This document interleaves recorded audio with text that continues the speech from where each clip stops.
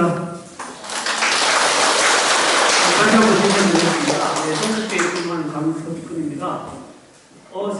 제가 갑자기 그 이창구 선생님한테 전화를 받았고요. 그래서 민족종교협의회 연구실에 오신다고 좀 특강을 좀 부탁드리라고. 그래서 이제 특강을 저를 어떻게 하냐 하니까 경주에 가면 저를 찾아야 된다고 그런 소문이 나 있다고. 그렇죠? 왜냐하면 제가 이분이 잘생겨서 그렇습니다. 그죠? 그러니까 그 해주시는 말씀이죠. 근데 굉장히 기분이 좋았어요. 그래서 오늘 저 와서 또 특히 저는 여성분들이 오시는지 몰랐어요. 그런데 이제 그 남자 여자 같이 섞여 있는지 알았는데 주로 이제 우리 그 여성분들 특히 이제 아주 이렇게 잘생기고 예쁘신 어머니들 누님들이 오셨고 또 저 동생되는 분들도 간혹 계신 것 같은데 이렇게 우리나라를 책임지고 있는 여성분들을 대상으로 이 특강을 하게 돼서 너무나 영광스럽습니다. 저희 집에 어머니도 계시고 아버지도 계시는데 가장 높은 사람은 제 와이프입니다. 다른 분들 어른들은 제가 말을 안 들어도 뭐 그냥 뭐 넘어가는데 제 사람 말 안 들으면 어떻습니까? 그냥 뭐 한 방에 그냥 가죠, 그죠? 네, 저는 이제 직책이 몇 가지가 있습니다. 네, 문화청 사적분과 전문위원이기도 하고 경북 스토리텔링 연구원 원장이기도 하고 있습니다. 그래서 저는 이제 경주에 오시는 분들한테 이제 민족 종교 이렇게 말씀을 하셔서 경주를 좀 알려드려야 되겠는데 저는 경북대 국문과에서 공부를 했고요. 문학으로 박사를 받았습니다. 그래서 저 주 전공은 불교시입니다. 불교시, 그다음 뭐 선시 이쪽으로 이렇게 전공을 하다가 경주에 와서 살면서 이제 요즘은 무슨 공부를 하고 있느냐 하면 이제 신라, 문화, 원형. 신라의 예를 들면 뭐 아사달 이야기라든가 석가탑 나보탑이라든가 이런 이야기 속에 있는 아주 재미나는 이야기를 이렇게 찾아내서 그것을 이렇게 발굴해서 스토리화해주는 그런 역할을 합니다. 그래서 제가 최근에 이렇게 지난 8월 14, 15, 16일이라는 문무대학 문화축제를 제가 제안을 했고 제가 기획을 했고 양국면 주민들하고 축제를 하나 만들었어요. 왜냐하면 굉장히 많은 자원들이 그냥 학교로 흩어져 있는데 그것을 모아주자 하는 그런 역할을 제가 하고 있습니다. 그래서 여기 오신 분들한테 제가 이제 동학을 강연하게 하기는 뭐냐 하면 제가 국문학자로서 경주에 와서 살다 보니까 수훈 최재호 선생에 대해서는 수많은 논문이 있는데 그 아버지 되는 근암체옥이라는 분에 대한 논문이 거의 한 편도 없어요. 제대로 된 논문이. 그러니까 항상 동학에서는 수훈 선생은 엄청나게 얘기하는데 아버지는 전혀 언급이 안 되고 있어요. 그래서 제가 이렇게 수훈 최재호 선생을 연구를 했어요. 그래서 논문 한 7편 썼습니다. 그러다가 보니까 또 이렇게 수훈 선생을 통과할 수가 없잖아요. 그래서 수훈 선생에 대해서 이렇게 영남유산 중심으로 이렇게 논문을 쓰게 됐어요. 아마 그런 과정에서 제가 이렇게 동학에 대해서 이렇게 뭐 특강을 이렇게 해달라 요청을 받은 것 같습니다.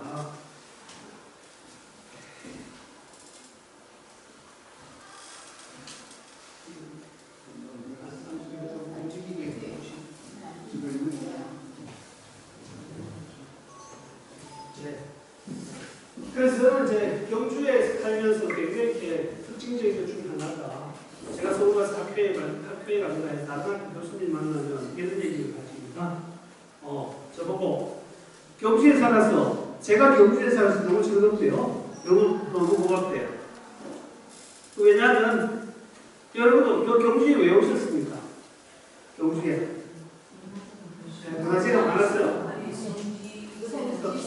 성지순례. 예. 근데 이제 성지 수학여행부터 사실상 굉장히 이 지역이 수학여행 학생들이 많이 보고 가는 곳이거든요. 수학여행 오셨죠, 그죠? 수학여행 오신 다음에 얻어야 될 첫 번째 쉽게 말하면 얻을 것이 뭐가 있습니까?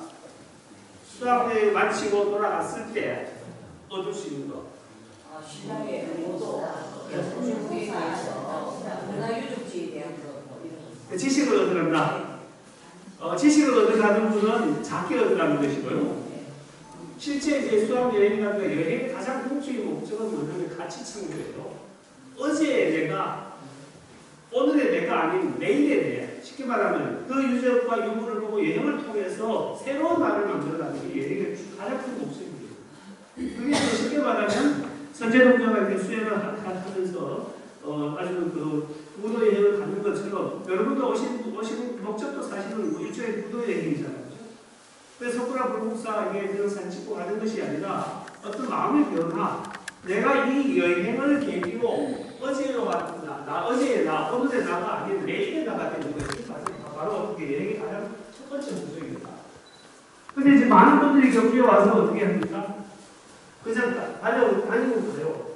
사진 찍고 열심히 가는데 가서 가는 즉시 짚는 순간 다시 어떻게 해요? 그저께 나하고 오늘 나가 똑같아져요. 그게 아니라 이게 생각하고 여유를 가지고 실제적으로 내 마음을 갖고 가는 이런 작업이 필요한 것이 바로 여행이다 이런 생각입니다. 그런 의미에서 저는 경주에 사는 것이 굉장히 축복된 삶이에요. 사실은 경주도 26만밖에 안 되는 도시예요. 그러니까 경제적으로 문화적으로 자립할 수 없어요. 뮤지컬 하나 만들어도 경주 청중만으로도 어떻게 도저히 꾸려나갈 수가 없어요. 교토 같은 경우는 뭐 150만 명 되는데 그 도시는 어떻게 자기 지역 주민만 갖고는 살아갈 수 있잖아요. 근데 경주는 26만이에요. 살 수가 없는 동네인데도 불구하고 우리나라에서 항상 역사책에 국사책에 어떻게 가장 많이 나오는 데가 바로 경주입니다.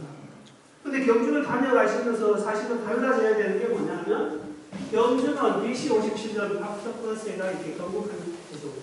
그 다음에 이제 935년 영순왕이 때 나라를 고려에 바친 데까지 992년 동안 존속했던 그런 곳입니다. 세계사에서도 유례가 없는 특히 한 왕조가 그 다음에 이제 우리 경당에 있는 쉽게 말하면 지금도 경주는 어떻게 한 주기퉁에 있지 않습니까? 만도에 요 한 주기퉁에 있는 나라가 상황이 일통을 했어요. 저 북쪽 지역은 다 수복하지 못했습니다만 그런 과정에서 결국 뭐냐면 경주가 쉽게 말하면 이길 수 있었던 것은 뭐냐면 경주는 힘이 있었다는 얘기잖아요. 힘이 없으면 할 수 있었겠습니까? 힘이 있어서 그런 얘기를 제가 다 할 수는 없고요.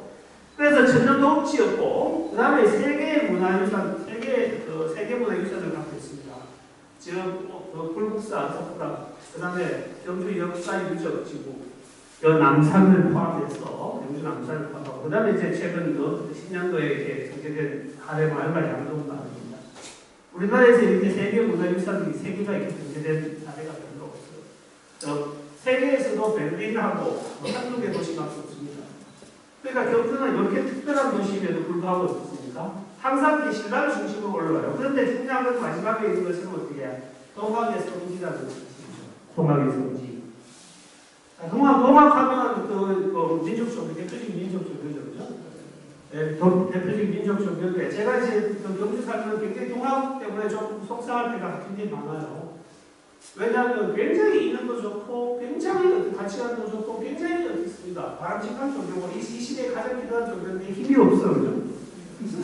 힘이 없어. 힘이 없다는 얘기는 그게 새로운 신자가 영입이 안 된다는 사실이에요. 그 집에 어머니들이 뭐 손주 안 태어나고 시집장가 안 가는 것을 굉장히 걱정하는 이유가 뭐예요? 집이 이제 못나게 생겼잖아요. 그죠? 노인만 계시고 아이들이 없으면 집안의 기분이라는 것은 점점 어떻게 쇠퇴하지 않습니까? 그러니까 신도가 안 오는 종교, 그 다음에 학생이 없는 학교, 자손이 없는 집안은 어떻게 앞으로 창창할 그런 미래가 없는 그런 것이지 않습니까? 그래서 미래가 없어요. 그래서 영감대에 가봐도 젊은 사람들은 별로 안 오고 그 다음에 그럼에도 불구하고 관광객들은 또 왔다 가는데 그 사람들이 잡으러 만날 수가 없고 그런 것을 보면서 굉장히 제가 지금 안타까웠다고 생각합니다. 그래서 제가 이제 말씀드리는 것은 오늘은 또 많은 분들이 그 생각도 다르고 지역도 다르고 하기 때문에 제가 동학을 전체적인 이렇게 경주와 소개를 하는 과정에서 제가 하고 싶은 얘기도 제가 말씀드리고 싶은 얘기 중심으로 하겠습니다. 경주가 대단한 도시라는 것은 어디서 알 수 있나 하면요. 우리나라에 313개의 국도가 있는데 이게 이제 1910년도 기준입니다. 우리 경주에 33개가 있어요. 10%가 넘는 국도가 있습니다. 그 다음에 이제 보물은 83개고요. 사적은 77개고, 그 다음에 국가지정문화재 해갖고 경상북도지정문화재까지 509개가 있습니다. 이거 뭐 독보적인 존재예요. 그러니까 경주에는 아마 코너 돌 때마다 어떻습니까? 국보, 보물, 사적, 왜냐하면 경상북도 문화재가 있는 곳이에요. 자, 이런 곳에 사실은 굉장히 의미가 있는 곳이죠. 그런데 중요한 것은 이것이 전부가 아니라는 얘기죠. 이것은 껍데기에 불과하다 이렇게 말씀을 드릴 수 있습니다.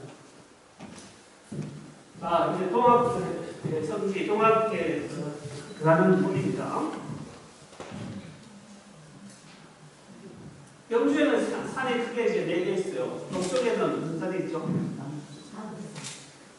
화물산요? 화물산 조금 더 동쪽에 있고 지금 이 뒷산요? 토암산. 네, 토암산 동쪽에 있습니다. 그 다음 남쪽에는요? 경주 남산, 그건 다 아시죠? 그죠? 경주 남산 가보셨습니까? 진짜로요? 몇 번 가보셨습니다? 네. 저는 한 100여 번 가봤는데 아직도 남산을 다 못 가봤어요. 그리고 남산은 굉장히 쉽게 갈 수 있는 코스도 있고 굉장히 어려운 코스도 있고 하루 종일 갈 수도 있고 한 30분 갔다 올 수도 있고 그러니까 상당히 어떻게 하면요 굉장히 정체가 불명한 산이에요.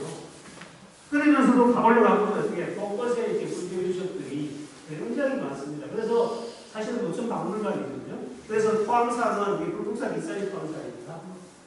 그 다음에 남산은 이제 신라 마을성, 월성 남쪽에 있는 산 남산이고요.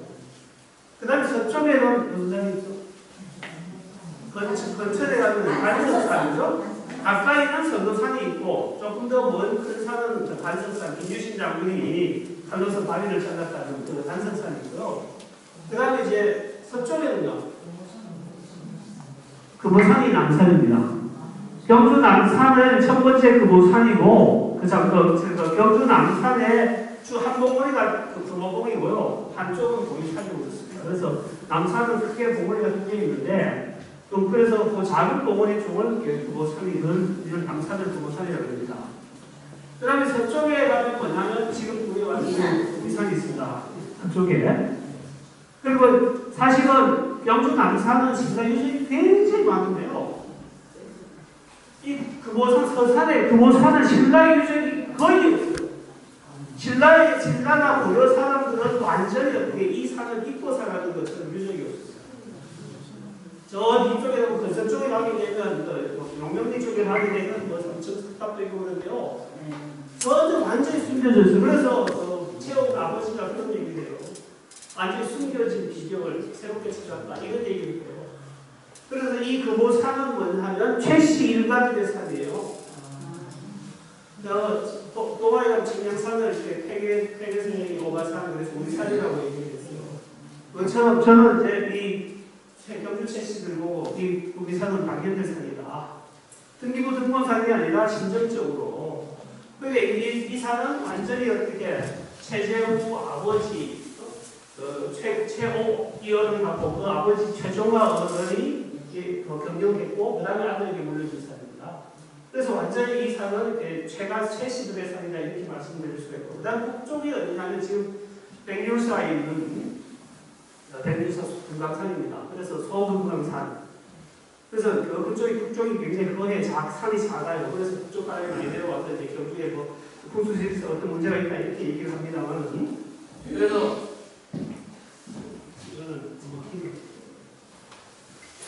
자, 이 산에 꼭대기 올라가면 이제 이렇게 볼탄이 쌓여 있습니다. 근데 지금 용담대에 나오셨죠? 네. 근데 그 뒷산 보면 어떻게 올라가는 마음이 납니까? 완전히 이렇게 돼 있습니다. 이렇게. 근데 올라가서 한 15분이면 올라갔는데 올라가는 게 굉장히 가쁘고요. 이 산 자체가 굉장히 높아고 합니다. 자, 이거는 1984년에 찍힌 그 먼경 금산입니다. 자, 오늘은 채씨 레퍼토리로 주로 갑니다. 채씨 레퍼토리. 혹시 채씨는 좀 좋아하시고 다니는 건 이제 저는 나갑니다만은 이 채씨들은 상당히 경주에서는 얘기를 꼭 듣고 가셔야 될 부분이 상당히 많습니다. 최부자하고 시장이 이제 그 최진립 장군 정자원한테 이렇게 수국하신 분인데 이제 수원 제정수쟁종 그분들 제자고 그분들 자손들이고 이 최부자 쪽 그분들이 자손들이거든요. 그래서 이제 사실은 경주에서 현대사와 더불어서 최씨들이 하는 역할들이 굉장히 많이 있습니다. 최부자 집 가보셨습니까? 네, 갑니다. 네, 가십니까? 예. 예. 청년집 가보시면 우리가 요즘 보게 되면 특히 요즘 뭐 재벌가가 싸우는 거 많이 보죠. 그 다음 돈 가진 사람들이 돈을 많이 갖고 있는 사람들이 내는 악취들도 굉장히 우리가 신문지상을 통해서 방송을 통해서 굉장히 많이 듣잖아요. 그런데 사실은 뭐냐면 아까 이렇게 우리 사무국장님께서 강사는 어떤 말을 하는 게 중요한 게 아니고 듣는 분이 어떻게 듣는자가 중요하다고 말씀을 하셨는데요. 제가 아무리 연극하고 아무리 무슨 얘기를 해도 듣는 분이 별로 관심도 없으면 어떻게 들을 수가 없어요. 그것처럼 사실은 뭐냐 하면 이 채무자집에 이런 정신만 가져도 어떻습니까? 굉장한 의미가 있거든요. 그래서 항상 우리는 돈을 다 가지고 많이 벌어야 잘 산다는 것은 어떻습니까? 격주의 품이 있고 교양 있게 산다고 생각하는데 그게 아니거든요. 사실 그래서 이제 벼슬탑에 진사 이상을 하지 마라. 뭐 이런 얘기, 이런 다 육군이라고 하는데 사실은 이게 남인들은 그렇게 관심에 나가지 못했습니다. 일단 뒤에 나오고 왜 수원 선생이 동학을 창시를 했는가를 이것을 통해서 알 수가 있습니다. 벼슬에서 완전히 소외된 그런 과목이었습니다. 그 다음에 이제 진사 이상을 해서 안중에 나가게 되면 단파 싸움에 직접적인 개입하게 되고 이러다 보면 어떻습니까? 몰락할 수 있기 때문에 하지 마라. 그 다음에 만석 이상의 재산을 쌓지 마라. 너는 많이 사고 밭을 많이 사도 만석 이상의 재산을 집에 갖고 있지 마라. 그러면 어떻게 됩니까? 재산이 많으면 많을수록 어떻게 해? 소작인에게 돌아가는 게 많죠. 그죠? 그러니까 최씨 부자가 넌 사고 밭 사는 것을 소작인은 좋아할까요? 안 좋아할까요? 좋아하죠. 네? 아니, 만석만 가져가고 나머지는 다 어떻게 해? 도와주니까. 응? 근데 채무자 집이 돈이 많으면 많을수록 어떻게 해? 소작인들은 더 잘 살게 된다는 겁니다. 그러니까 내가 돈을 많이 벌면 옆에 사람이 배 아파가지고 어떻게 해? 나를 모해하고 은혜하는 게 아니라 어떻게 해? 저 사람이 땅을 많이 샀으면 좋겠다 하는 사람들이 생긴다는 얘기는 경영을 제대로 하고 있다는 얘기죠. 그 다음에 흉년의 땅을 사지 마라. 흉년의 땅 사지 마라. IMF 때 돈 번 사람 많죠. 그죠? 네? 많은 사람 많은데 쉽게 말하면 남이가 굉장히 아플 때 특히 이제 흉년이 들었을 때 뭐 먹는 문제 때문에 땅을 헐값에 파는데 그렇게 해서 부자가 되지 말라는 얘기죠. 후손들한테. 뭐 정당한 가격을 주고 정당하게 사는 것은 괜찮지만은 흉년의 땅을 산다는 얘기는 결국 아까 악도독자나 마찬가지다 이런 얘기고요. 그죠? 그 다음에 가격을 구하게 대접해라. 자, 우리 어릴 때 가면 저는 아버지하고 경장은 아닙니다. 네, 조선은 하지만은 또 그래서 어릴 때 잔치를 하게 되면 처음 어떻게 손님 한 사람당 상 하나씩 주죠. 외상을 때같이 그러면 좀 있는 집에 가게 되면 이게 한 상 외상을 줍니다. 한마디로 얘기하면 그것은 뭐냐면 그 사람에 대해서 그 반찬이 별로 없더라도 어떻게 해? 한 사람의 1인분으로 제대로 이렇게 대접해 준다는 얘기죠. 그냥 밥 한 끼 얻어먹고 가는 불소연이 아니라 완전한 손님으로 대접해 준다는 그런 의미거든요. 그래서 가게 지나간 사람이 옛날에는 여관도 없고 내가 모자도 없을 때는 조금 상관한 집에 가서 부적을 이러더라. 하룻밤 보고 갑시다. 아버님 저녁 먹이고 아침 먹이고 아침에 갈 때 버섯 저거 주고 주먹밥이라도 만들어 주는 것이 바로 어떻게 부자들이 할 역할이에요. 이건 이 역할을 안 하면 부자가 아닌 거죠. 왜냐하면 그 시대는 그게 문화예요. 그래서 경상도에서도 어떻게 외부에서 손님이 집에 오면 갈 때 항상 챙겨줍니다. 봉투에 뭐 2, 3만 원 넣어서 만원에 5만 원 넣어서 준다고. 그게 많지는 않아도 그게 꼭 이 과객을 대접하는 봉제사 인격의 그런 문화예요. 그래서 결혼식이나 뭐 상대나 그렇게 멀리 갔다 오면 항상 그렇게 주는데 서울은 그런 거 전혀 안 했어요. 그 다음에 사람이 다 갱리안에 굶어 죽는 사람이 어떻게 해라. 결국 그 시집온 며느리에게는 3년 동안 누명을 만입혀라. 네. 한마디로 얘기하면 어떻게 나온치밭에 이렇게 공기 잡아서 그죠? 네.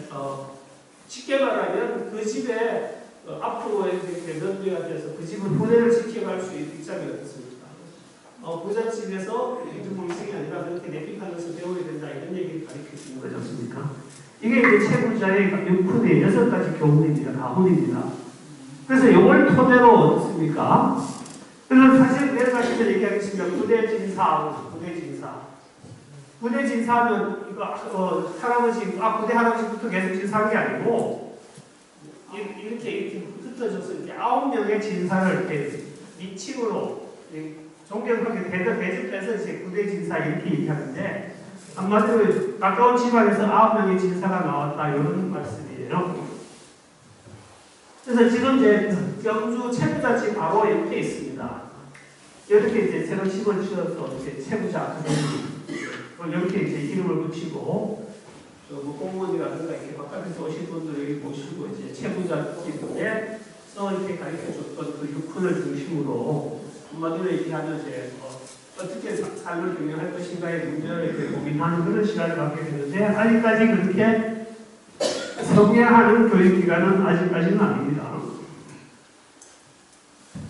자, 그 다음에 이제 일단이가 정리가 되고 손 아버지 최옥에 대해서 말씀을 드리도록 그렇게 하겠습니다. 이 최옥이라는 분이 호남 근남인데요. 주로 평가가 남인, 시단. 남인은 주로 어떻게 태계 이황 선생이 남인이죠. 그 다음에 이제 일본은 어떻습니까? 서인. 서인이 나눠져갖고 어떻습니까? 노론소로. 근데 이제 남인이 주로 이렇게 태계 후손인데 남인 시단의 맹주. 한마디로 얘기하면 시단에서 최고로 잘 시를 잘 쓰는 사람은 견학도 영남입니다. 영남 제1의 문사라는 평가를 받았어요. 그리고 이렇게 경주 지역에서 붙이는 향시에서는 8번이나 급제를 했어요. 한마디로 경주에서는 어떻게 해? 체험 나가면 체험이 혼자서 어떻게 해? 항상 백일장에 또 이렇게 지방시에서는 합격을 했어요. 그런데 30년 동안 과거 급제를 하려고 서울에 들락거렸는데요. 진사고 세원도 못했어요. 그러니까 전형적인 낙방거사라고 하죠. 낙방거사. 네? 낙방거사는 항상 과거 때만 되면 시험 치러 가는데 합격 못하고 들어오죠. 낙방거사 이렇게 얘기하는데 최옥이라는 분이 30년 동안 낙방거사로 이렇게 생활을 했습니다.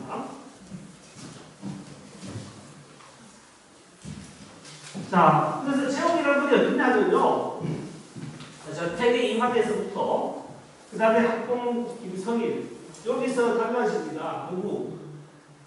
유성룡이죠. 유성룡. 그 학봉 김성일과 유성룡은 같은 제자서 밑에서 배운 두 명 다 수제자급이죠. 한 사람이 수제자가 있고 두 사람이 수제자가 생긴 거예요. 그래서 한 사람은 영남학과, 한 사람은 유성룡 쪽으로 갔고 한 사람은 요 김성일 쪽으로 왔습니다. 근데 김성일 쪽으로 요 영남학파가 진짜 영남학파고 제대로 또 평가받은 영남학파예요. 특히 가람 이현일, 존재 이휘 몇 분은 형제고 미람 이재는 그 이현일의 아들이고 이런 사이인데 그 가람 이현이라는 분이 영남학파를 세운 분이에요. 그래서 결국은 뭐냐면 경상북도 지역의 영남학파는 이 태계에서 이현일로 이어지고 그 다음에 대산 이상정, 기와 이상원인데 이 기와 이상원이 바로 이재의 아들이에요. 그리고 그 기와 이상원의 제자가 근남 최옥입니다. 그러니까 무슨 얘기냐면 영남학파의 정통을 이었다는 얘기죠. 정통을 누가? 세대우 아버지가 요즘식으로 얘기하면 뭐냐면 옛날에는 학파가 정당이에요. 정당. 공부를 하는 학파이면서 정당. 요즘도 하면 새누리당이 아주 서인이라면 저기 요즘 여기는 새정치연합 되죠. 새정치연합에 어떻게 해요? 대표도 되는데 그보다 조금 더 몰락한 옛날 시각까지 따지면 4년 정도 되는 그런 어떤 학통을 이어가는 굉장히 중심학파. 근데 여기서부터 가람 이현일 쪽부터 마이크까지가 보여줘요. 그래서 이게 유일한 것은 아니지만은 이 한마디로 얘기하는 근남 최옥이라는 분은 영남에서 유학자로서는 정통의 걸음을 걸어왔다 이렇게 말씀을 드릴 수가 있어요. 재밌습니까? 네. 이제 수문생이 왜 나온지 점점 좀 알게 됩니다. 자, 여기 보게 되면 이현이 되는 분은 지금 이게 영양에 가게 되면 가람 이시분이 많이 재력 이시분이 많이 살고 있습니다. 대표적인 사람이 누구냐 하면 소설가 이분들 이런 분들이 이제 이런 재력 이시의 후손들인데 숙종 때 이조판서를 지냈던 분이 이현일인데 이분이 누구를 믿냐? 남인이니까 장희빈의 아들을 믿어요. 그래서 경종을 이렇게 옹립을 시키죠. 근데 경종이 이름은 죽어버려 돌아가셨어요. 돌아가시니까 누가 그 다음에 왕이 됐냐 하면 영조가 왕이 됐어요. 영조가 왕이 되니까 어떻게 해요? 자기를 배척하고 자기를 무시하고 했던 가람 이현일에 대한 상당히 분노가 있는데 또 이현이라는 분이 율곡을 공격해요. 한마디로 율곡을 공격하니까 또 뭐냐 하면 가장 권력적인 노론들이 어떻게 들고 있구나. 그래서 영조도 이현이를 안 좋아하고 그 다음 노론에서도 이현이를 안 좋아하고 되니까 이렇게 되니까 이현이가 완전히 뭐냐 하면 반역의 어떤 수준까지 올라갔어요. 그래서 이현이가 완전히 몰락을 하면서 앞으로 이현이를 이렇게 두둔한 사람, 그 사람도 바로 어떻게 문책이 들어가요. 그래서 그 아들인 이재하고 더불어서 거의 뭐냐 패족이 되다 시작했어요. 그렇게 해서 그 나중에 보게 되면 1908년에 복권이 돼요. 가람 이현이. 2년 후에 뭐가 됩니까? 경술국치가 생겨서 나라가 망하죠. 그죠? 그 다음 한 해 전에 뭐냐면 가람직이 관행이 돼요. 그러면 처음 최재우 선생이 줄을 잘못 썼죠. 왜요? 아니 그거 가서 사실은 이분들은 이현이랑 이재랑 이런 분들은 영남에서는 최고의 선비예요. 근데 중앙정계에서는 어떻게 해? 항상 감시하고 있어. 감시하고 어떻게 완전히 어떻게 하나 항상 보면서 어떻게 견제하고 그러니까 정치적인 불을 축적할 수도 없죠. 항상 지적이 가능하죠.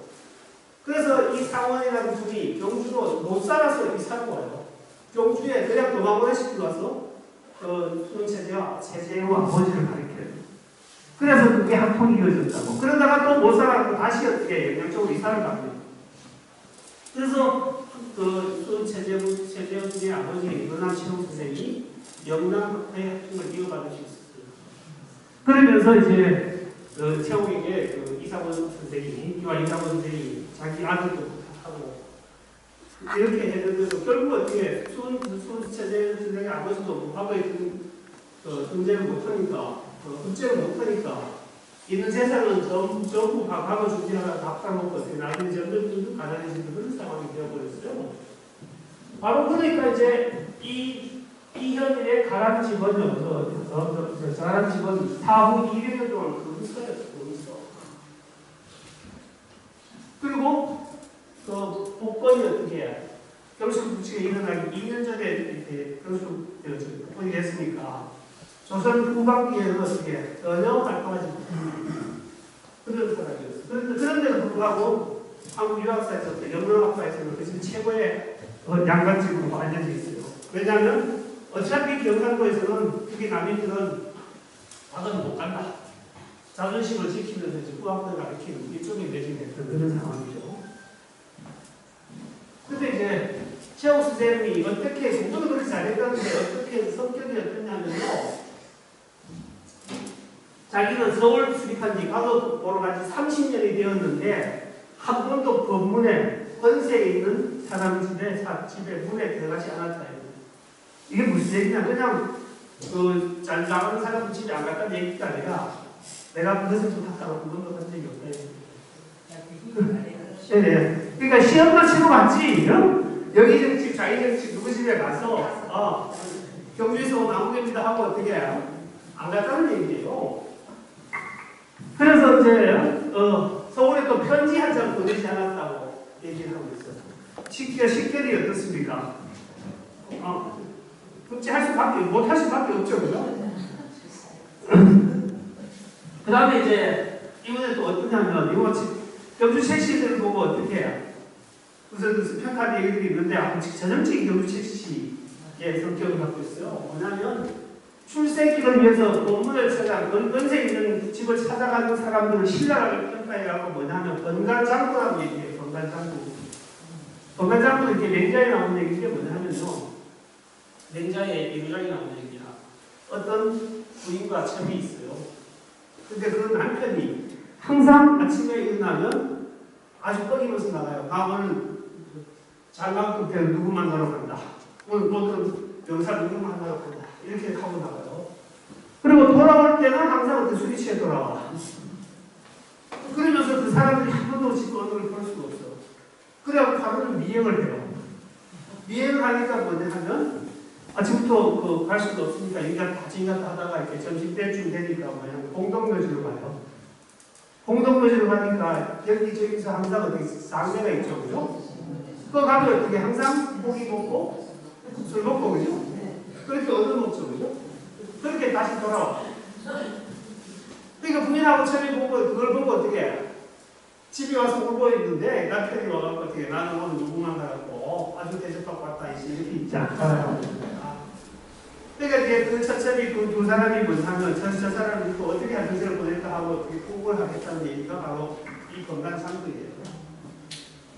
고기를 얻어먹고 술을 얻어먹는데 어디 가서 무덤가에 가서 장례집에 가서 어떻게 얻어먹고 와서 자기는 아주 귀한 사람들을 만나고 다닌다 이렇게 얘기한다. 그러니까 이런 사람으로 권세 있는 사람을 찾아다니는 것을 건강상도를 할 정도 하니까 어떻게 믿는 건 내밖에 없고 그죠? 왜 전혀 그걸 안 됐다는 얘기. 그러니까 이런 분이 바로 어떻게 누구야? 최재훈 선생이 아버지예요.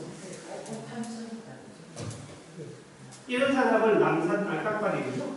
전혀 어떻게 동생 서로 구하고 고자리 보시려고 하면 아주 어떻게 정확한 사람이죠, 그죠? 그러니까 그 뒤에 이종상이라는 분이 이제 경주에서 있는 큰 선비인데요. 고원 높은 제주, 깊은 학문 생각으로 세상에 스스로 드러내서 끝내 부가를 들어갔다. 그래서 사람들이 그것을 아주 예측했습니다. 그래서 이분이 돌아가신 것, 그러니까 불우하게 돌아가신 것에 대해서 굉장히 많은 분들이 예쁘게 이런 상황이 바로 어떻게 이 동학이라는 민족 종교가 만들어지게 된 기본적인 배경이에요. 그리고 이제 이 설화에 또 경주 지역에서 체육되는 설화에 체육 선생이 얘기가 가끔씩 나와요. 체육이 과거에 낙방을 30년 동안 과거 시험 치러 갔어요. 그래서 여기는 어떻게 나오는가 하면 체육이 과거에 낙방하고 한강 쪽에서 어떻게 울고 있어요. 그러니까 솔직히 주모가 왜 울고 있냐 하니까 과거에 떨어져서 못하니까. 얼마 영남에서 체육은 9번 떨어지고도 아주 당당하게 내려갔는데 너는 왜 이렇게 울고 있냐 이렇게 얘기한 거야. 그거 보고 체육을 보고 그러니까 이 사람 체육이라는 분이 어떻게 해?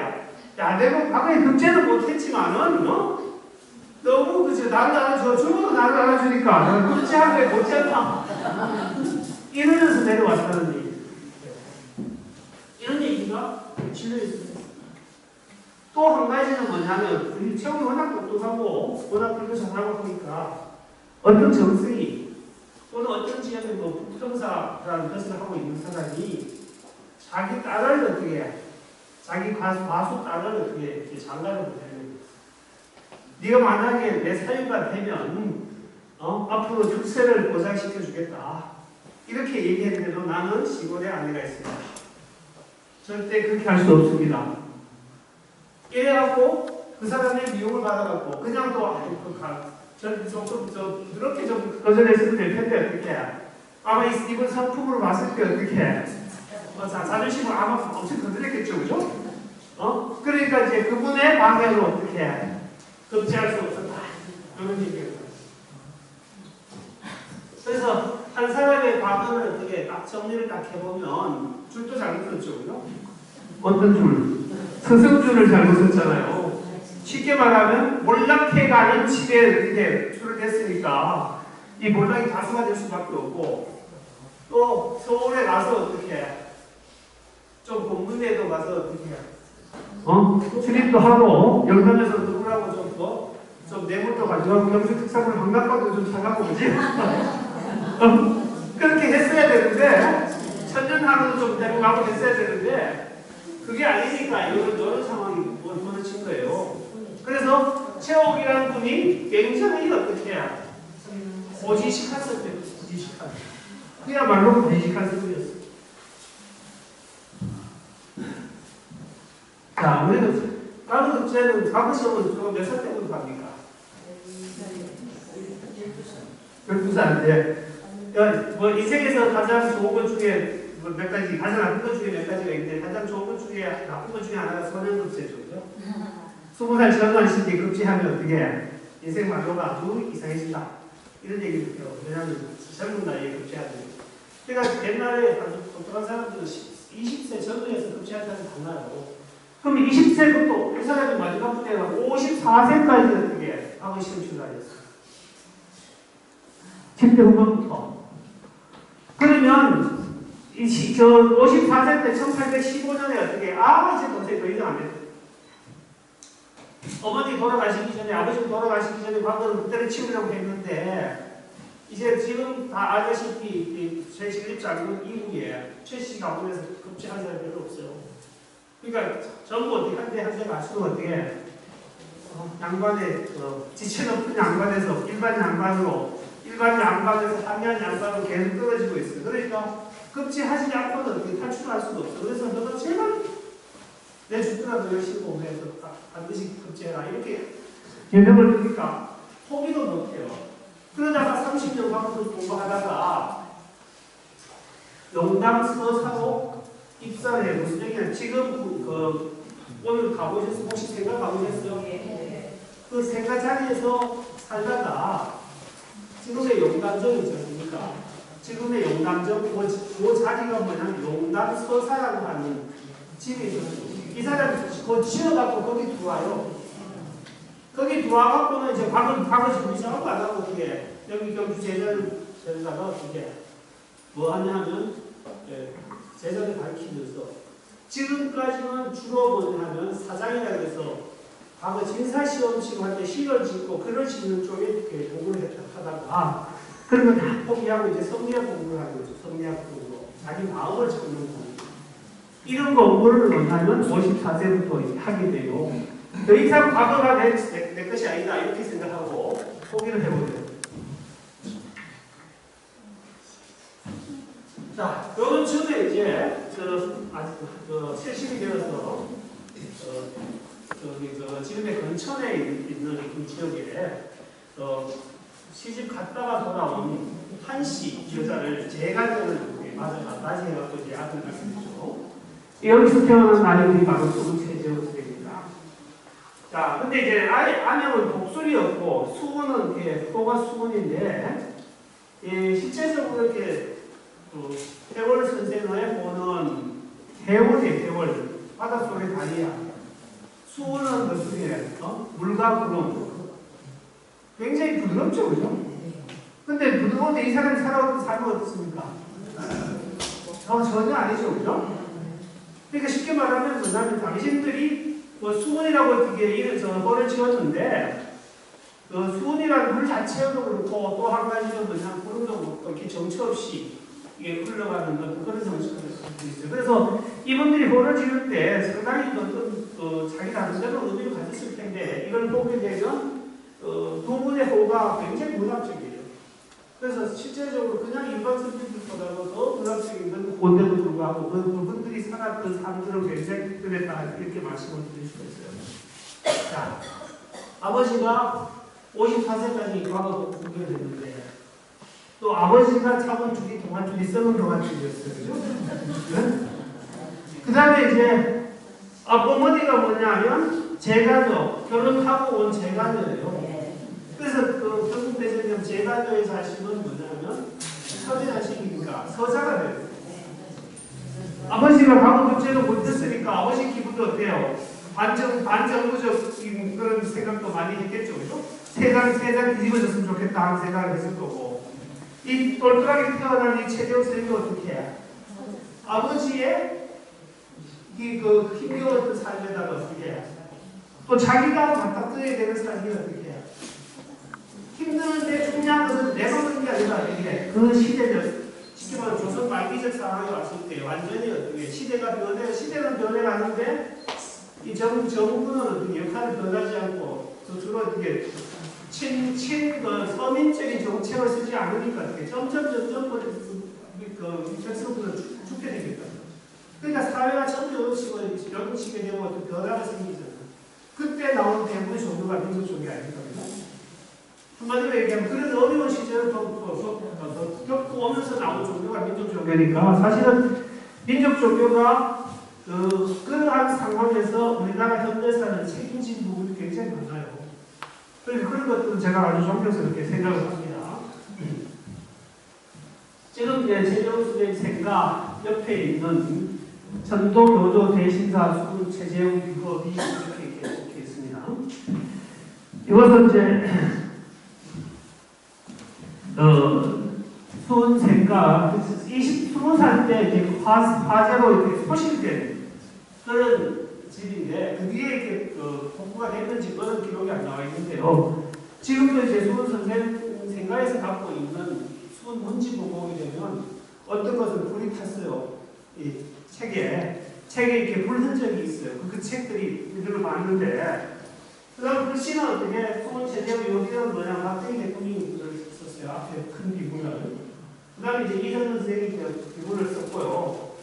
그다음 이제 이것이 이제 1971년도에 이렇게 그랬습니다.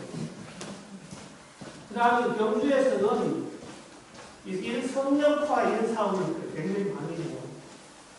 근데 이제 성역화 사업 이런 게 좋은 의미로 있는데 굉장히 참 불필요한 것이고 사실은 이게 중요한 게 아니라 알맹이를 찾아와야 되는데 알맹이 없이 껍데기를 사업하는 게 굉장히 많아요. 그래서 동학발상지 성역화 사업 이것을 하면서 용담정 밑에 있는 이쪽 지역에 어떤 수훈 기념관을 짓겠다, 뭐 대검들을 짓겠다, 뭐 이렇게 얘기를 하고 있습니다. 지금 아마 착공도 들어가고 계획을 하고 있습니다. 자, 이게 오늘 갔다 오신 생가가 이제 지어질 때의 모습입니다.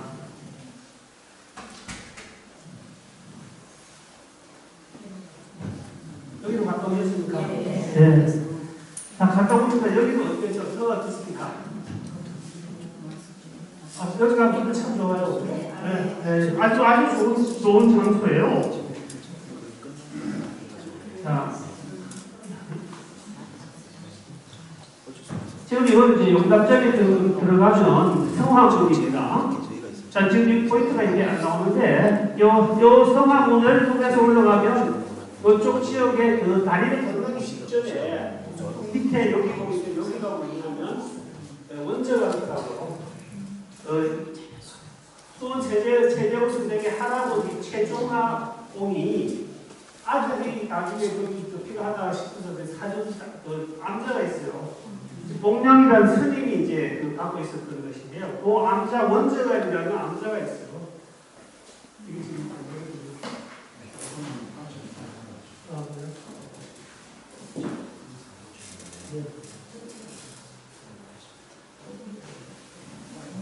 원저에는 암자가 있고 그 암자의 건너편에 올라가서 지금 여기는 이거는 뭐냐 하면 거기 다리 있어요. 다리를 건너기 직전에 이 바위에 용담정 건축 이계하 주무옹선 이렇게 써져 있어요. 예, 암각이 되어 있습니다. 이게 전혀 못 보셨죠, 그죠? 네. 실제적으로 이게 많은 분들이 왔다 갔다 하시면서 이 목적지만 딱 보고 갔다가 그죠? 다시 내려오기 급하는데 이 바위에 이렇게 암각이 되어 있어요. 이런 것들도 하나의 민감한 장치들이고 이 옹선이라는 분이 이제 이 용담정을 이렇게 다시 이제 건축을 할 때 이제 지금 그런 흔적들입니다. 요 용담정은 용담서사라고 했어요. 그다음 최옥 선생이 54세에 때 바로 포기하고 밑에 집을 두개 두고 이제 올라왔죠. 여기 별장처럼 올라와서 지은 것이 바로 용담서사예요. 용담이 뭐죠? 영이 머무는 연못이에요. 영이 머무는 연못. 이 뒤에 이렇게 말씀드리겠습니다만 이게 왜 최씨가의 대표적인 거냐 하면 흔적이냐 하면 아버지가 이 용담 서사를 짓고 여기 들어오셔갖고 뭐 했냐면 용담 26경이라는 시를 폈어요. 용담은 요 밑에 있는 지점이나 요 위에 지점쯤의 용담인데요. 용이 머리는 못이라는 뜻인데 이 공산 꼭대기에서부터 저 밑에 오는 마련골 못이 있어요. 못 두 개가 있습니다. 그 밑에까지 지점을 26개를 찍어갖고 한 편 한 편 실었었어요. 그게 이제 용담 26경이에요. 영은 노래하다 이런 뜻이고 26은 26번째 시를 노래하다 이런 뜻이거든요. 그래서 지금 이제 이것을 동학 내부에서는 용담정이라고 해야 되는지 용담선사라고 해야 되는지 이 문제 갖고 조금 어느 그렇게 말이와 하는 것이 그런 적이 있고 제가 요걸 문제 내는 학회에서 한번 얘기한 적이 있었거든요. 본래의 이름은 뭐냐면 용담선사였고 근데 아버지가 돌아가시고 수은 선생이 여기 와서 득도를 했어요. 여기 그때는 용담정으로 불렸거든요. 그래서 용담서사가 아니라 지금 용담정으로 왜냐하면 수은 선생의 흔적을 중심으로 하면 용담정일 수밖에 없는 거죠. 그렇죠? 자, 그래서 이제 용담정이고 그 벽에 보게 되면 이렇게 이제 우벽에 이렇게 쓰여 있어요. 이 용담정이라는 한문입니다. 근데 제가 이제 다른 사람들의 책들을 살피다 보니까 이 글씨는 문인 이정구라는 사람이 썼다 이렇게 적혀 있어요. 문인이라는 얘기는 경주 문인이라는 얘기죠. 경주 경주에 사는 사람 이정구라고 하는 사람이 썼다. 근데 이제 이 동학이 내부에서도 잘 알려지지 않는 얘기예요. 그래서 이건 제가 찾아서 이제 거의 보고를 봤던 상황이거든요. 그래서 이정구라는 사람이 용, 남, 정 이렇게 이제 썼던 흔적들이에요.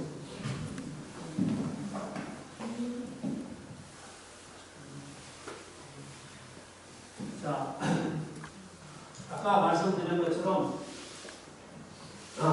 옛날 사람들은 굉장히 어떻게 자기가 살고 있는 지역에 대해서 굉장히 애정을 많이 가져요. 그래서 애정을 가진 첫 번째가 뭐냐면요, 그 지역을 신었습니다. 시. 그래서 어떤 강이 있으면 강을 따라가면서 9굽이, 그러니까 9굽이마다 한 굽이마다 어떻게 한 편의 시를 써서 이제 구곡가 이런 노래를 이렇게 많이 짓는데요. 물론 이채영 선생도 용담 구곡가도 지었어요. 그러면 아까 이제 국리산 꼭대기에서부터 물이 계속 흘러내려옵니다.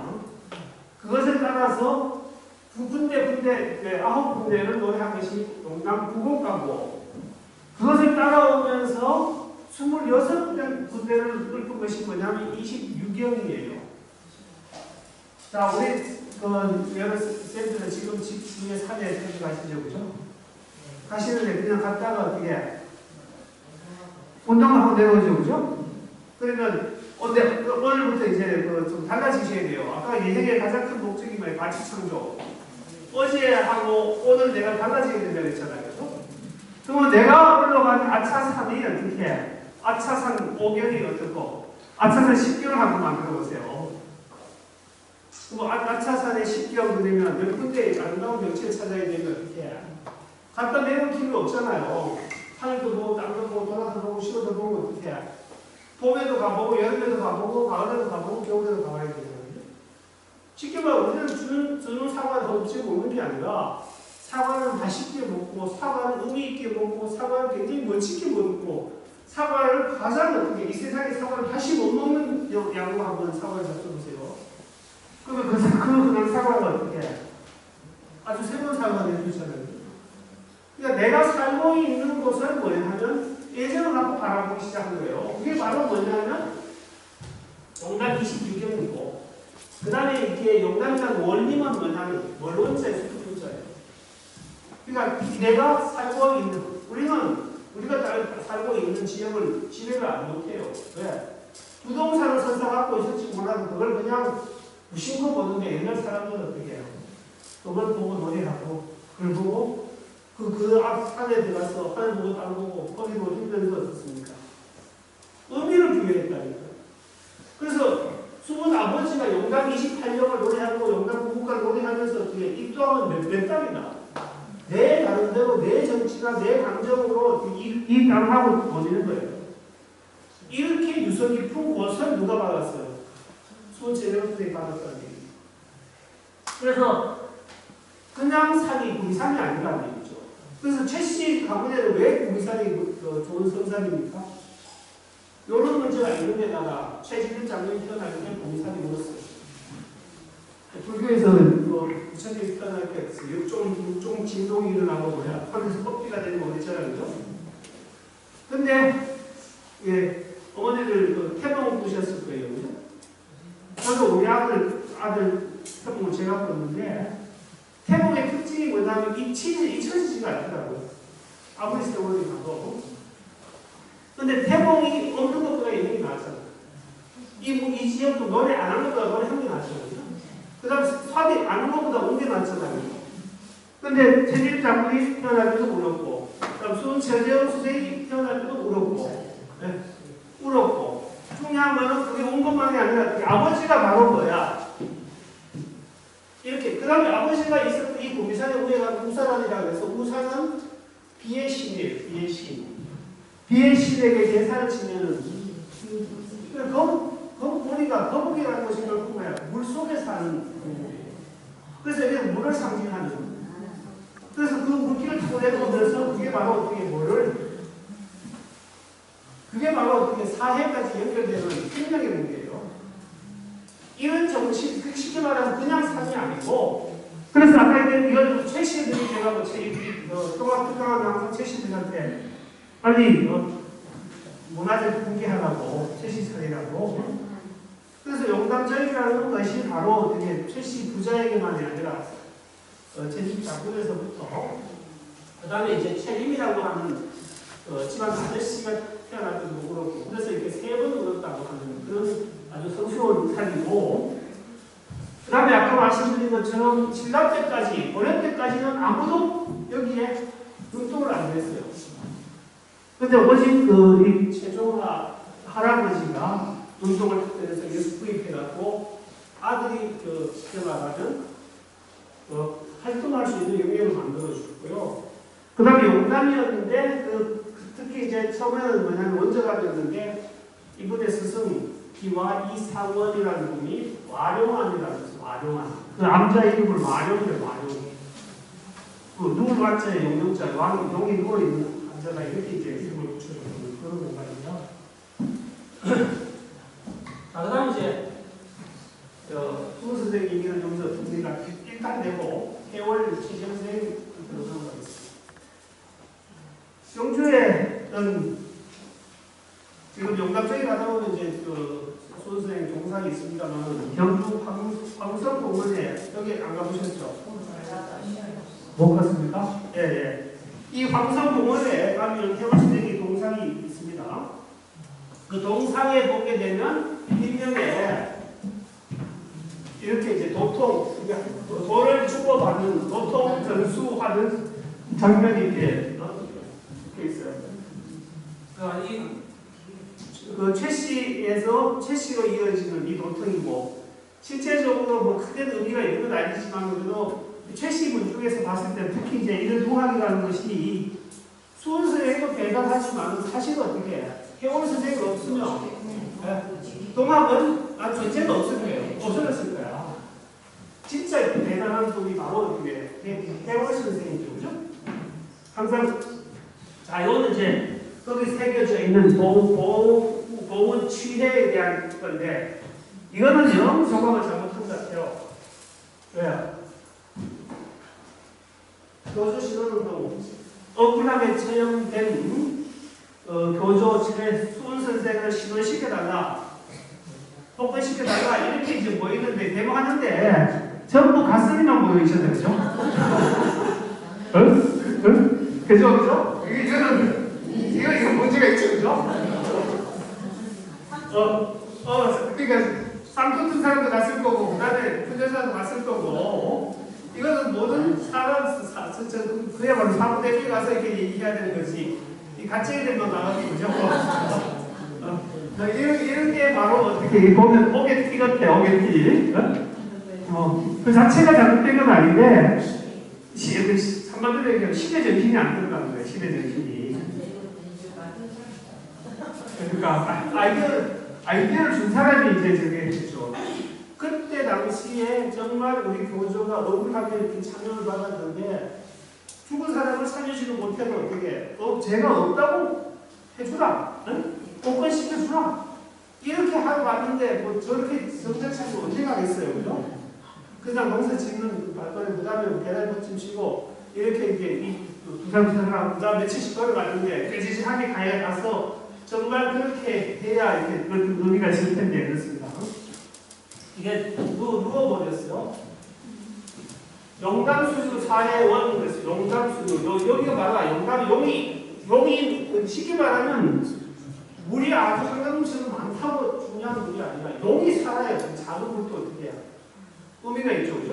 그래서 용담의 의미가 바로 용담의 수가 물이 흘러서 사해의 근원이 되었고, 여기서는 용담이라는 얘기는 뭐예요? 수은 선생의 얘기. 수은 선생의 사상이 흘러갖고 사회의 근원이 되었다 이런 얘기고, 그 다음에 거막 인재 1편씩 했는데, 거막은 뭐냐면 저 뒤에 댓글 그림이 많이 나와요. 해월 선생님이 살던 곳이 거막이에요. 거막에 사는 사람이니까 바로 해월 선생님은 어떻습니까? 거막인에게는 그 1편식이 한 조각 마음이 있어요. 한 조각. 우리 심장을 한 조각 풀고 마음이라는 얘기예요.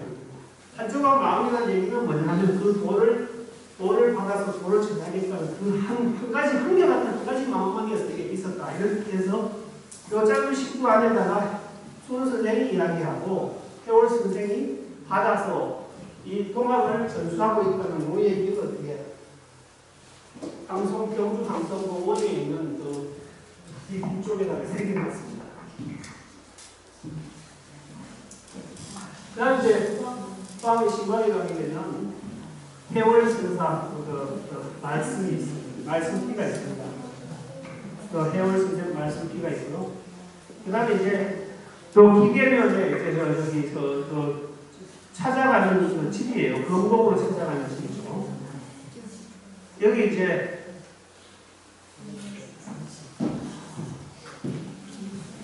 이 재작년 여름에 갔었는데 이분이 윤석산 교수님이죠, 그죠? 네. 이쪽에 계신 분이 후방에 계시는 박동문 씨가 하신 분인데, 네, 저분이 이제 가이드를 해주셨어요. 네, 박남문 선생이요. 네. 이분이 가이드 해주셔갖고 우리가 경주 문화원에 한국의 연구소라고 있는데 거기 계신 분들이 세상에 동학 답사를 했어요. 동학 유전 하나를 모아서 이렇게 다니면서 해월 선생의 집터에 가서 그런 사실은 그때 마치 윤석 선생님 우연히 경주 왔다가 우리가 이제 저기 갔다고 제가 말씀드리니까 같이 이제 모시고 갔던 그런 친구입니다. 이제 이런 것이 있었죠. 그런데 이제 사실 경주는 아까 말씀드린 굉장히 유속이 큰 도시예요. 근데 경주하면 항상 어떻게 신라 얘기하죠, 그죠? 이제 이거 저를 보세요. 경주하면 신라 얘기만 하고 사실은 경주에 고려도 없고 조선도 없고 계속 신라만 얘기해요.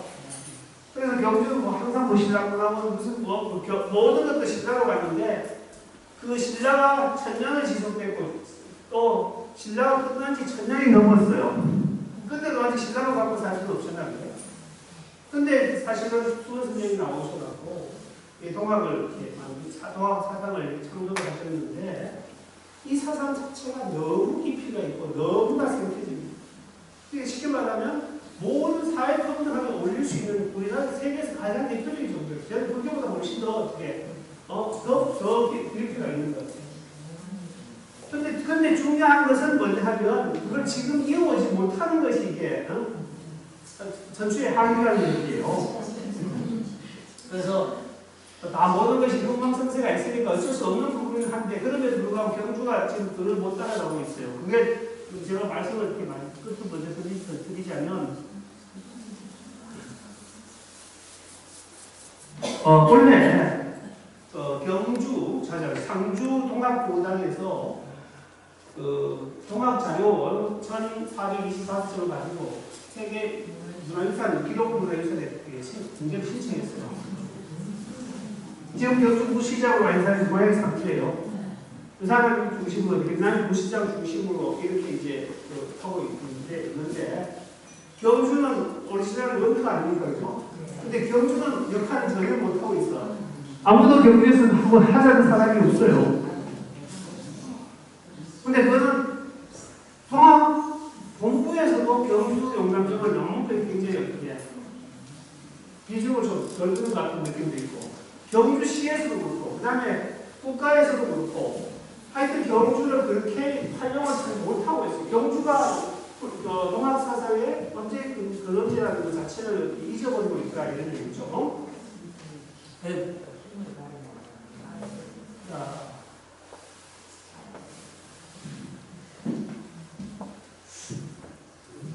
동학 관련 예술제 중에 최고 마지막에 보면 되는 제1회 상주 동학예술제가 되었죠, 원래. 이제 상주는 어떻게 동학정보, 동학의 자기과라고 이렇게 다 아시다시피 상주 동학은 사실은 정통으로 인정받지 못하는 부분도 있잖아요. 그렇기 때문에 굉장히 문제가 있고, 그 다음에 이제 동국대학교에도 동학연구소가 있어요. 있는데도 그 역할을 잘 하지 못하고 있는 부분이 있고, 그 다음에 청주, 황토연, 묵은티 이런 데서 이렇게 예술제를 하고 있기를 하는데 굉장히 지금 또 각각을 얻는 것 같아요. 그래서 동학 자체가 이렇게 어떤 연합했다 이런 느낌을 주고 있지 못한 부분이 있습니다. 원래 이제 지금 작년에 13년도에 경주에 있었던 동학예술제 유인물이고요. 그 전시회고, 그 다음에 어떤 행사 진행 이런 거 했어요. 근데 마침 원래는 지난 31일 날, 10월 31일 날, 동학 문화제가 열렸는데요. 지금하고는 완전히 다르게, 토크쇼. 자, 토크쇼, 그러니까 쉽게 말하면, 윤석열 교수님 모시고, 또 동학 관계자들 오셔서, 필요할 때는 예비로서 진단하고, 또 필요할 때는 저렇게 뮤지컬을 하고, 이렇게 하면서 이제, 선생님이 이를 뮤지컬 겸 토크쇼로 이렇게 하면서 생각가 생기고 굉장히 버전업을 시켰어요. 근데 이제 이런 것은 뭐냐 하면 스토리텔링이라고 있어요. 스토리텔링. 스토리텔링은 뭐냐 하면, 이 불목사에 가게 되면 석가탄 바보탄이 있다. 이것은 언제 생겼고, 이건 매칭이고, 이건 돌이 맥혀 있고, 이렇게 얘기하면 듣고 나갈 때 5분만 되든 5천원 되든 어떻게 해요? 다 잊어버리잖아요. 그렇게 정보를 전달하는 게 아니고, 아사의 이야기처럼 여기는 어떤 이야기가 있는데 이야기를 통해서 한번 들으면 확실하게 기억하는 게 바로 뭐냐 하면 스토리텔링입니다. 자, 그래서 스토리텔링 대표적인 사례를 제가 말씀드릴게요. 강원도는 우리나라에서 어떤 쪽이에요? 어디입니까? 강원도? 산골이죠, 그죠? 강원도 산골 중에서 가장 산골이 어디 쪽입니까? 정선입니까? 정선도 기분이 텐데, 우리나라에서 가장 서시고 산골이 강원도 쪽인데, 임제에 가면 언제 오죠? 자, 그런데 우리 선생님께 제 질문을 하나 드릴게요. 이거 스토리텔링을 위한 제가 질문입니다. 우리나라의 정중앙이 어디예요? 양구. 정동진, 양구, 또 충주, 중원. 자, 중원 우리나라 청주 옆에 중원구도 있죠, 그죠? 중원은 가운데 언덕이라는 뜻이에요. 한반도의 허리가 중원이죠. 근데 어떤 지리학자가 심심해서 컴파스를 가지고 우리나라를 이렇게 구획을 해봤어요. 우리나라 최고 동쪽은 어디예요? 동쪽. 폭도지 않아요. 남쪽은? 마라도. 서쪽은? 압록강 끝쪽에. 압록강 끝쪽에. 그 다음 북쪽은 어떻게 해요? 우리가 한반도 최고 동남아 해서 컴파스 딱 세니까 우리나라 조금 중앙이 어디 나왔을 것 같아요? 양구죠. 자, 그 얘기는 양구 국수가 듣고 뭐로 만들었냐면요. 양구 군에서 양구가 그 강원도 중에서도 아주 시골이잖아요. 천원 옆에 있는 그쪽 아니죠. 그런데 이 사람이 어떻게 했냐면 국토의 정중앙이라는 개념을 만들었어요. 국토의 정중앙. 한반도의 정중앙이 아니고 우리나라 국토의 정중앙이야. 그 다음 국토의 배꼽이야, 배꼽. 그래서 공무원들이 행사를 하면 항상 뭐냐 하면 양구, 국토의 정중앙 하는 거야. 그러면 우리 지금으로 보면 서쪽 사람들인데 그걸 강조를 하고 나서 어떤 문제가 생겨, 어떤 일이 생겼냐면 서울놈이 서쪽 촌놈이야. 그렇잖아, 그죠? 그 다음 부산은 어떻게 해? 남쪽 촌 사람이지. 울릉도는 동쪽 촌 사람이지. 그러면 어떻게 해? 양구에 사는 우리는 어떻게 해? 중앙에 사는 민족이잖아요. 양구의 역사가 어떻고, 양구의 자원이 어떻고, 양구의 인구가 얼마나 사고, 이렇게 얘기해줘봐야 금방 잊어버리는데, 양구만 지금부터 어떻게? 배꼽이다. 한국의 배꼽이다. 그래서 그 양구에, 그 자리에 가게 되면, 자판기가 있어요. 자판기 크기는 뭔지 아세요? 소리가 가장 큰 겁니다. 당신은 우리나라의 국토의 정중앙을 가져가신 것을 증명합니다 하고 이렇게 증명서를 하나 발굴했어요. 자, 오늘 이 이야기 듣고 어제 가서 우리나라의 정중앙이라고 얘기해 주는 게 어렵습니까? 쉽죠, 그죠? 그러면 양구를 어떻게 소개하는 게 가장 편하겠어요? 국토의 정중앙, 국토의 배꼽, 이게 최고 쉽잖아요, 그죠? 그냥 양구 역사가 어떻게 됐고, 양주의 인구가 얼마 사고, 양구 몇 개의 면이 있고, 이런 거 골치 아프다. 요즘 그런 걸 아무도 안 들어. 그러면 사진을 치면 언제든지 나와. 그게 아니라 양구를 한 방에 보낼 수 있는 거. 이게 바로 어떻게 스토리텔링이라는 얘기죠.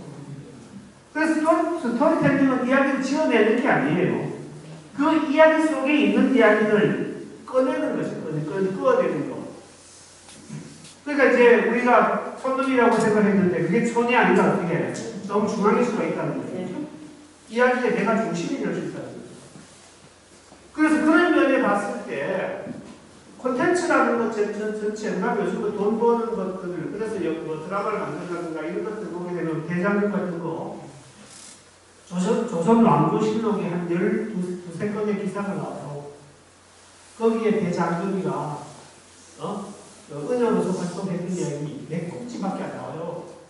그걸 갖고 어떻게 전 세계인이 아는 이야기로 만든 것이 막 대장금이잖아요. 그러니까 원료가 중요한 게 아니고 요리를 어떻게 하느냐가 중요한 거예요. 그럼 동학도 이 거대한 원료를 어떻게 해야 못 팔고 있잖아, 지금 누가. 작게는 교단에서, 크게는 한국 대한민국 사람이, 또 크게는 대한민국 정부가 이런 자원을 못 팔고 있다는 얘기예요. 그래서 제가 이렇게 말씀을 드린 것은 많은 사람이 불국사 석굴암을 왔다가요, 산시고 끝이야. 근데 정말 석굴암 보면서 눈물을 흘리신 분, 네? 왜 눈물이 안 날까요? 왜 눈물이 안 날까요? 감동이 없어요. 네? 왜 감동이 없습니까?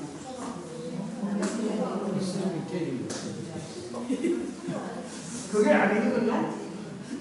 항상 그 석굴암은 지금 조각으로 재고 유창 안에 있고, 그런데도 없는 사람이 있어요. 새벽에 첫 새벽에 가보세요. 아니요. 첫 새벽에 가보세요. 그 다음에 비 올 때 가보세요. 눈 올 때 가보세요. 안개 낄 때 가보세요. 지켜보, 그 다음에 뭐냐면, 그래서 아주 경주에 굉장히 재밌는 이야기가 전해지고 있습니다. 찰스 콘테자가 경주에 왔어요. 일본에 왔다가 경주 석굴암이 그렇게 대단한 얘기를 전해 듣고, 부산에 와서 잠시 경주에 와서 그것만 보고 부산 신호비를 만나고 가는 일정이 됐어요. 그래서 우리나라에 머무는 시간이 어느 시간, 한 5시간이나 채 안 됐어요. 그래서 석굴암에 외교 레오 차 문을 닫는 차가 석굴암 앞에까지 다 왔죠. 그렇게 해서 석굴암에 다 들어가기 전에 가이드 같은 게 나와서 있으니까 여기 이렇게 좋은 것이 왜 산 높은 데 있습니까? 그래서 오는 게 힘드니까 딱 얘기하니까 이제 그 가이드가 한마디 탁 쏘아줬어요. 질문 참 잘했습니다. 황 대장님. 그런데요, 이 석굴암을 이렇게 참배하고 감상하고 이런 법이 있습니다. 그런 법을 지키지 않으면 이 석굴암은 그냥 하나의 종합품에 불과합니다. 그럼 그게 뭡니까? 옛날 우리 할머니나 어머니들은 이 석굴암 부처님을 매일 뵐 수 없었다. 내가 언제 기도하러 가겠다 마음 먹으면 한 달이나 두 달이나 전에 어떻게 날짜 잡죠, 그죠? 그 다음에 그때까지 내가 언제 가겠다 하면서 어떻게 몸을 전달이 하죠, 그죠? 그 다음에 차 타고 갑니까? 아니면 걸어갑니까? 그럼 몇 리 걸어갑니까? 최소한 30분 걸어가죠, 그죠? 뭐 들고 갑니까? 쌀 한 대만 들고 가죠, 그죠? 들고 가면서 산에 올라가야 될 거 아닙니까? 그죠? 걸어서 올라가야죠. 자, 석굴암에서 불국사까지 올라가는데 한 45분 정도 걸려요. 올라가면. 그럼 올라가면서 뭐 해요? 땀도 흘리지만 기도하죠. 아, 우리 손주, 아, 우리 뭐 아들.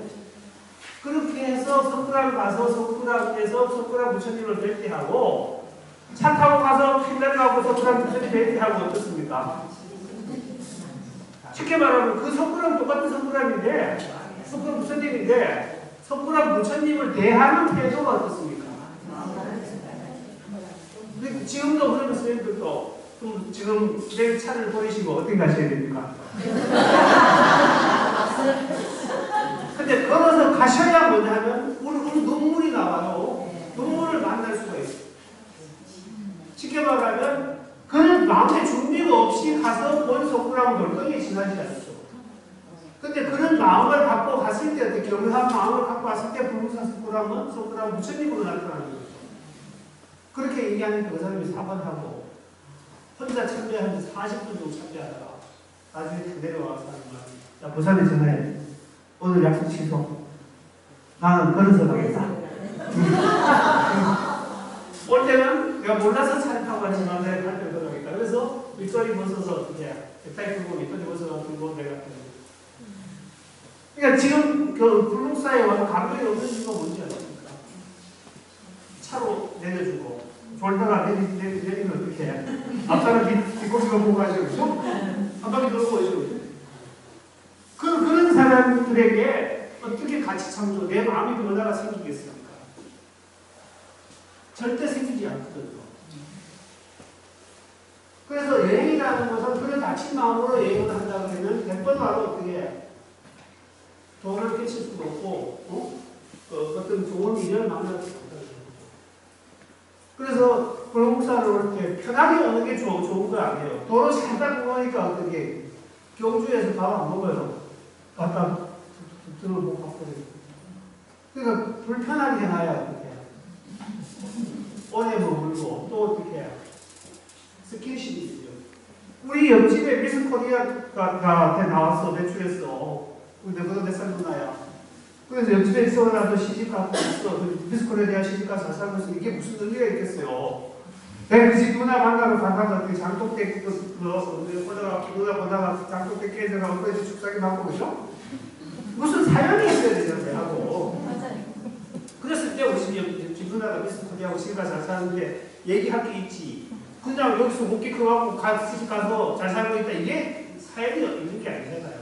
불국사도 석굴암도 이것만 그런 게 아니라 작은 누적 하나도 작은 유물 하나도 바로 어떻게 내가 주인 정신으로 받아봤을 때 그것이 나에게 의미를 주는 거죠. 그냥 아무 각오 없이 그만 바라본다고 해결되는 문제가 아니라는 얘기예요. 그래서 많은 사람이 경주에 왔다 가면서 볼 것이 없다 그래요. 환장한 것이잖아요. 왜냐하면 우리나라 인구의 10%가 경주에 있는데 그러니까 지금 석굴암을 보고 석가탑을 보고 다부탑을 보고 그냥 보기만 하지 뜯어보았습니까? 그 다음에 그것이 갖고 있는 민적 가치뿐만 아니라 이것이 만든 세계의 의미라든가 그 다음에 그것을 볼 때 내 마음이 어떻게 변하는지 이런 것들을 저는 기회를 안 줘. 그냥 급하게 사진만 찍고 내려가기 바빠. 그러면 굳이 오늘 뭐 있어? 인터넷 쳐도 되는데 검색은 다 똑같은데. 그래서 오늘 여기 다녀가신 분들은 달라져야 된다는 얘기죠. 어떤 사람은 여기서 뭘 얻어가요? 한 소식을 듣고 가. 근데 어떤 사람은 아무 변화 없이 그냥 매도에 확인 간다는 얘기잖아요. 그래서 여행이라는 것은 바로 경주에 왔을 때 그냥 경주를 껍데기로 보지 말라는 얘기죠. 경주의 알맹이로 보려는 마음을 열고 보셔야 경주는 보입니다. 그리고 정말 경주는 그렇게 많고요. 그래서 작은 하나하나를 보는 것 자체. 그래서 동학 같은 이런 것들은 얼마나 대단한 소재입니다. 얼마나 대단한 주제입니다. 그래서 정말 동학 정신이라고 하는 것이 이 땅에 정말 뿌리를 내리고, 그 다음에 이제 민족 조교가, 특히 이제 민족적인 동학은 여성이나 어린아이 이런 쪽에 그 목소리를 이렇게 결국은 하늘의 목소리로, 하늘의 말씀으로 받아들이지 않습니까? 그것은 이 세상의 모든 것이 평등하고 누가 주인이 아니라 모두가 주인인 그런 세상이 만드시다는 얘기니까. 다른 서양 종교라든가 요즘 돈이라든가 권력 중심 사회에서는 그것이 이제 극단적으로 치닫고 있는 이 상황에서는 반드시 어떻게 되살려야 되는 거죠. 종교가 아니라 사상이고, 종교 자체도 살려야지만 사상도 살려야 되는 그런 대표적인 사상이라고 생각됩니다. 그래서 저는 이제 문무대학 문화축제를 하면서 거기서 이제 그 무속하시는 분들의 프로그램을 이제 하루 종일 이렇게 넣어드리면서 무속도 하나의 굉장한 볼거리고 굉장한 정신세계를 갖고 있는 건데, 거기서 뭐 하면 지역 주민들이, 관광객들이 별의별 항의를 다 해요. 근데 그게 아니라 왜 그렇게, 그러면 지금의 종교라는 것이 신도가 많으면 최고의 종교는 아니잖아요. 종교라는 것이 그 가치가 중요한 것이지. 그리고 다 같이 끝까지 그 가치를 갖고 있는 것이 어느 종교가 특별히 더 나은 게 아니라는 얘기죠. 그런데 자기들은 뭐 하면서 남들은 뭐 하면 항상 못하게 하고 항의하고 그건 맞지 않다 이런 얘기죠. 그래서 저는 오늘 이 자리에 우리 민족종교 여성 지도자님께서 오셨는데, 이 경주라는 것을 특히 동학이라는 주제만을 가지고 이렇게 제가 접근해서 말씀을 드렸어요. 그래서 짧은 시간이고, 또 한 가지는 이제 동학에 대해서 잘 아시는 분도 계시고 또 전혀 모르시는 분도 계셨을 텐데, 특히 이제 저는 경주가 동학과 인연이 있고 또 신라와 굉장히 큰 인연이 있는 곳이니까 아까 말씀드린 것처럼 오실 때 내가 아니라 돌아가시는 나는 다른 분이 이렇게 되어서 가셨으면 합니다. 오늘 여기까지 말씀을 마치도록 하겠습니다.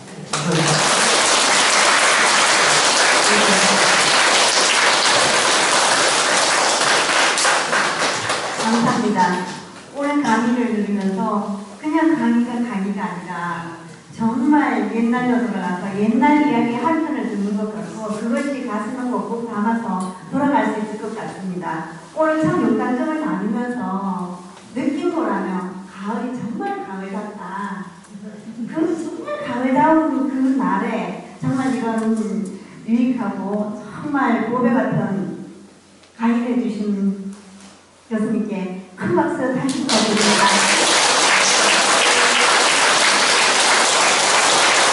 그리고 이제 마무리 시간은 이제